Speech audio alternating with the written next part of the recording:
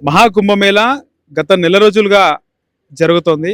ఈ మహాకుంభమేళకు సంబంధించి అన్ని రాష్ట్రాల నుంచి కాకుండా దేశ విదేశాల నుంచి చాలా మంది భక్తులు కుంభమేళాకు వెళ్ళి అక్కడ త్రివేణి సంగమంలో పుణ్య స్నానాలు అర్పిస్తున్నారు.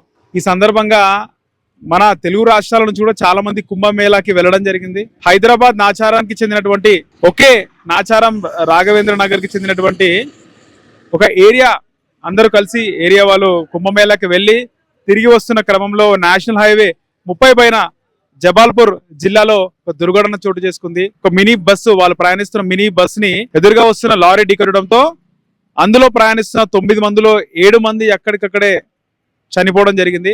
ఇంకా 2 వాళ్ళ పరిస్థితి విషమంగా ఉంది. మనం ఇదే నాచారం రాఘవేంద్ర కాలనీలో ఉన్నాము. వెనకాల కనిపిస్తున్న మల్లారెడ్డి అలాగే సంతోష్ కుమార్ మనం చూస్తున్నాము. వాళ్ళ ఏరియాలో ఉన్నాము. ఇక్కడ విషాద ఛాయలు అలుముకున్నాయి. ఇరుగు పొరుగుగా ఉండే వీళ్ళు ఒకరు జ్యువెలరీ షాప్, మరొకరు మెడికల్ షాప్ నిర్వహిస్తూ ఉన్నారు. చూడొచ్చు మనం విజువల్స్ లో వాళ్ళ ఏరియాకి సంబంధించి అక్కడ పక్కనే ఇండ్లలో అక్కడ కనిపిస్తున్న టెంట్ లో మల్లారెడ్డి చనిపోయిన మల్లారెడ్డిలో అయితే ఆ పక్కనే ఇంకొక ప్రయాణించినటువంటి ఇంకొక మృతుడి ఇల్లు. సో ఇక్కడ రాఘవేంద్ర కాలనీ ఆచారంలో అందరూ కూడా ఇదే చర్చించుకుంటున్నారు.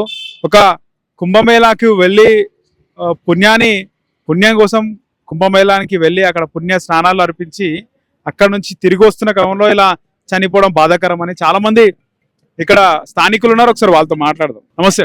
నమస్తే. మీ పేరు? విజయ్ కుమార్ రెడ్డి. చనిపోయిన మల్లారెడ్డి గాని సంతోష్ కుమార్ గాని ఇదంతా కూడా ఇక్కడ 7 మంది కూడా ఇక్కడేనా? ఈ ఏరియా వాళ్ళేనా? ఈ ఏరియా వాళ్ళే. అయితే మల్లారెడ్డి మాత్రం ఈ కాలనీ ప్రెసిడెంట్. ఇంకా సంతోష్ ఏమో ఒక 15 years 20 years అవుతుంది ఆయన షాప్ పెట్టి కూడా. నాకంటే ముందు నాకు తర్వాత ఆయన వచ్చాడు. నేను 25 years అవుతుంది ఇక్కడ ఉండబట్టి. మాకు రోజు కంపల్సరీ షాప్ దగ్గర కంపల్సరీ వచ్చి మాట్లాడేటోడు. కానీ మంచి ఫ్రెండ్స్ వాళ్ళు. చాలా బాధ అవుతుంది వాళ్ళు చనిపోవడం అంటే. ఇదంటే అసలు వీళ్ళందరూ ఫ్రెండ్స్ చాలా క్లోజ్ ఫ్రెండ్స్ వాళ్ళు. ఈవినింగ్ మార్నింగ్ రోజు ఫ్రెండ్స్ మంచిగా. అసలు ఎంత క్లోజ్ అంటే వాళ్ళు సాయంత్రం కాగానే అక్కడ లాస్ట్ షాప్ లో కూర్చొని 10:30 11 వరకు మాట్లాడుకుంటా కూర్చునేటోళ్ళు. అట్లా వాళ్ళు వెళ్దామని ప్లాన్ వేసుకొని 15 days నుంచి ప్లాన్ వేసుకున్నారు. ఇంకా మన సాటర్డే రోజు 1 o'clock వెళ్ళి అది ఈ రోజు వచ్చేటోళ్ళు వాళ్ళు. అసలు నిన్న బయలుదేరి ఈ రోజు వచ్చేటోళ్ళు. ఇలా అయిపోయింది. ఎప్పుడు తెలిసింది మీకు? నిన్న మార్నింగ్ 11 o'clock అట్లా తెలిసింది. 10:30 11 అట్లా తెలిసింది మాకు. మొత్తం 7 మంది కూడా ఇక్కడ వాళ్ళే. 7 అంటే 4 ఇక్కడ వాళ్ళు. డ్రైవర్ ఏమో ఇక్కడ ఏరకుంటా, 3 ఏమో రోడ్ అవతల ఉంటారు. ఒక ఆయననేమో సరూర్ నగర్ లో ఉంటారు. డ్రైవర్ పరిస్థితి ఏ విధంగా? డ్రైవర్ కూడా చనిపోయింది. తప్పదు. ఎవరిదని తెలుస్తుంది ఏం జరిగింది? అదే లారీ రాంగ్ రూట్ లో వచ్చి వీళ్ళు గుద్దిరని చెప్తారు. లారీదే. ఇంకా వీళ్ళది ఏం తప్పలేదు. వీళ్ళు మంచిగానే వస్తారు కానీ లారీ గుద్దిందని చెప్తారు.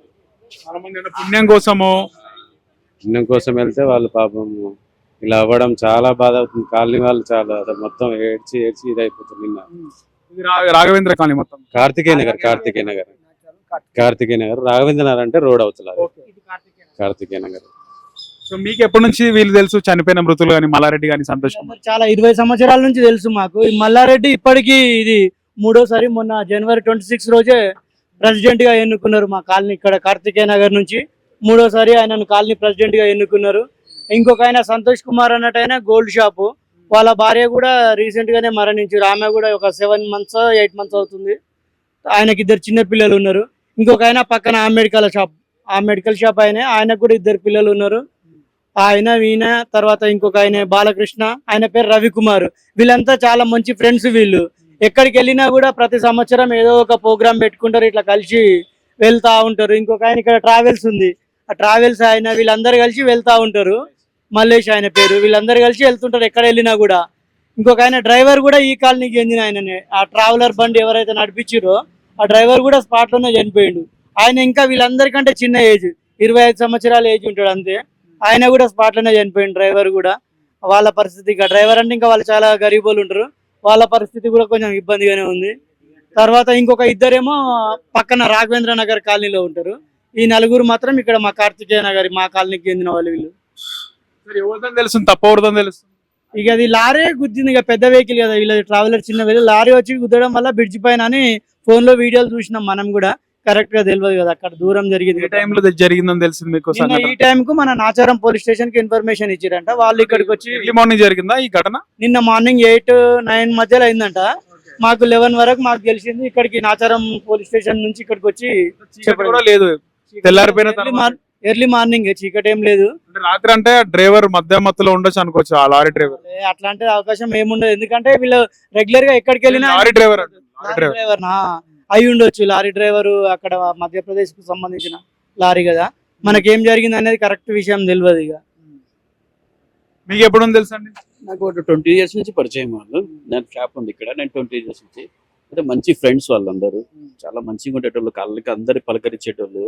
వాళ్ళని చూస్తే మనకు కూడా బాగా అనిపించేది, ఎందుకంటే వాళ్ళు ఎక్కడ వెళ్ళినా కూడా ఫ్రెండ్స్ ఒక టీం లాగా ఏర్పడే వాళ్ళు. మంచిగా టూర్ కానీ అక్కడ కానీ వెళ్ళేటోళ్ళు. ఇది కూడా మాట్లాడుకొని బాగానే వెళ్ళారు. దురదృష్టవశాత్తు ఇట్లా జరగడం బాధాకరం అనిపిస్తుంది. అంటే కాలనీలో మన తెల్లారితే అది చూసుకునేటోళ్ళము, ఇప్పుడు చూస్తుంటే బాధ అనిపిస్తుంది.